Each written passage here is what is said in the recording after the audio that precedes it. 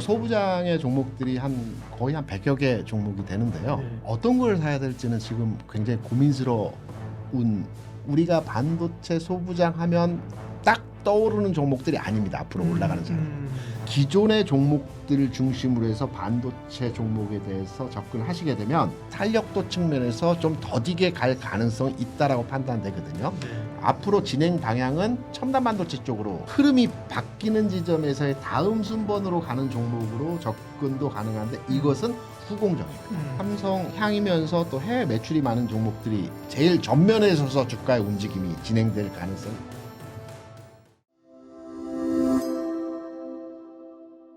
삼성전자는 언제 사야 되는 것인가? 네.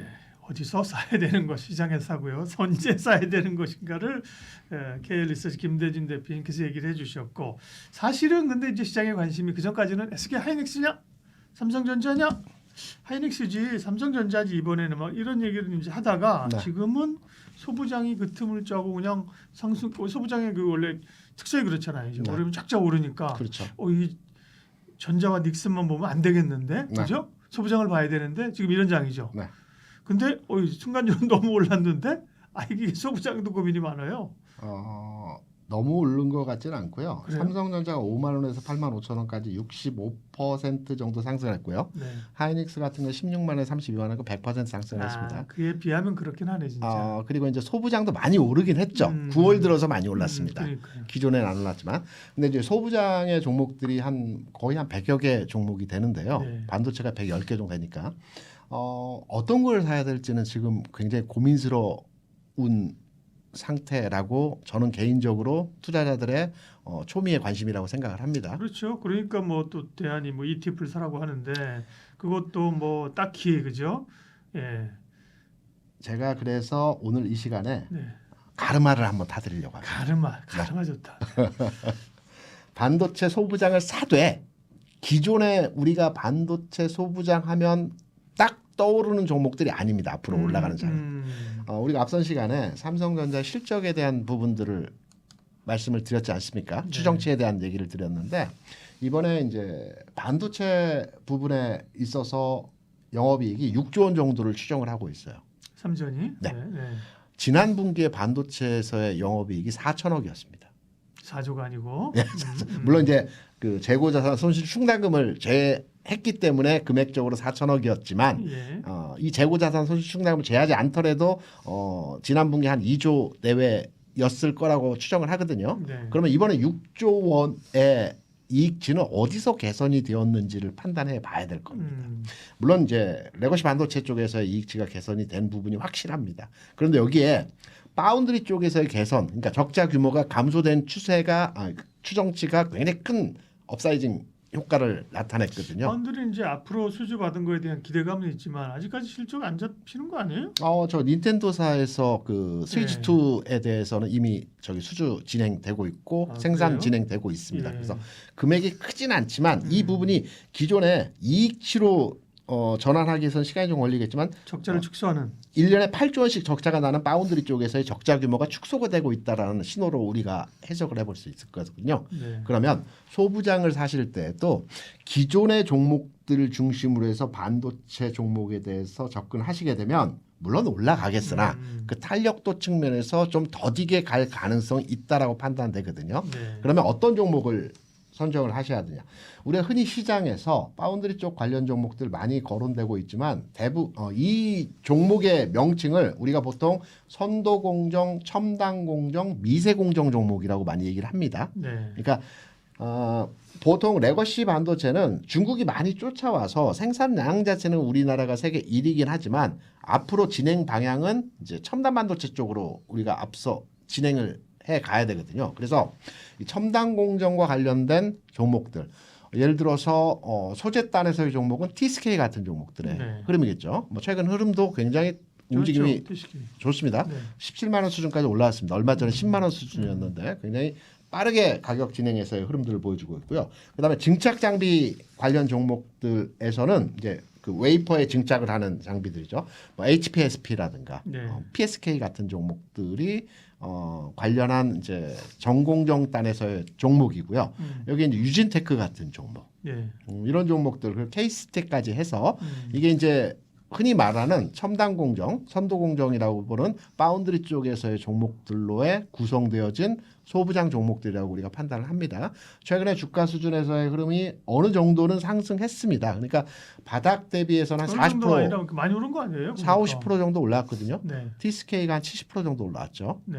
10만 원에서 17만 원까지 올라왔기 때문에 음. 그런데 좀 넓게 보면 그게 보면 23년도 23년도 전후로 해서 반도체 공정에서 레거시 소부장 종목들이 강할 때 이 종목들은 주가가 그렇게 강하지 않았어요. 그리고 대부분 이 첨단 공정에 있는 종목들의 상장 시점이 그렇게 오래되지 않았습니다.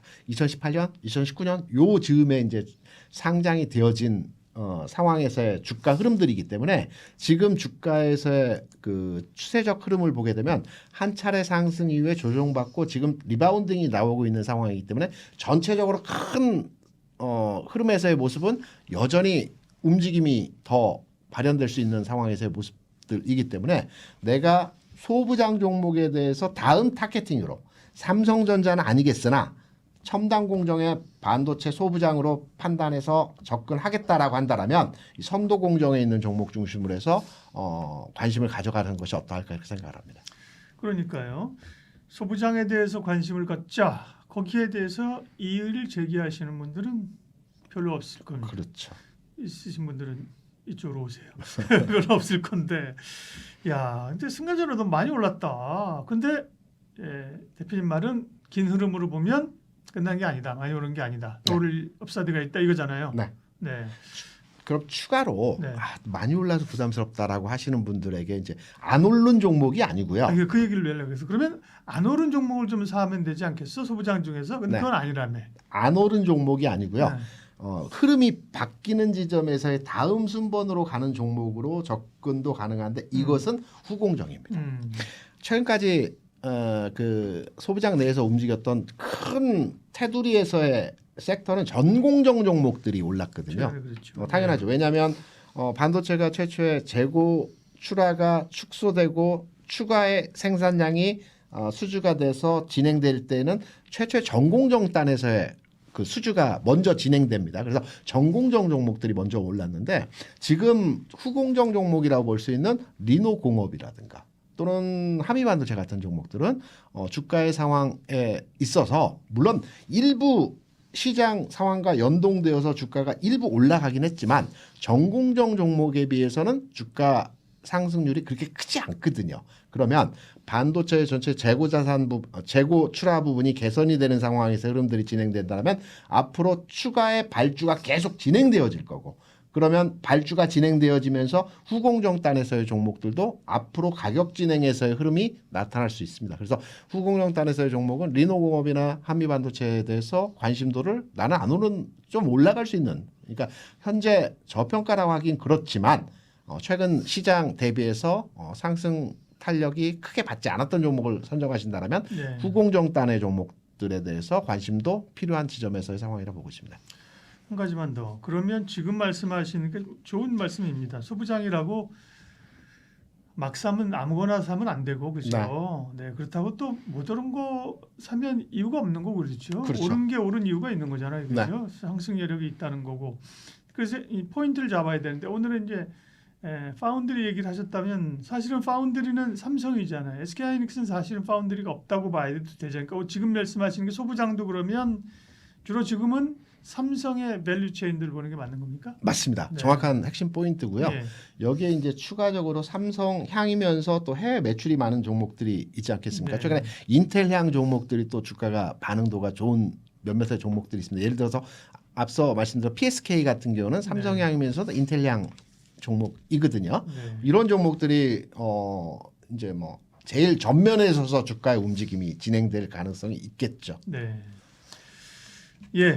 소부장의 기회가 여전히 있죠. 네, 그리고 훨씬 탄력적이죠. 그러나 까다롭죠. 소부장에 관한 맥락을 잡아주시고 관심 종목까지 얘기해 주셨습니다. KR 리서치 김대준 대표님 함께 했습니다. 고맙습니다. 네, 고맙습니다.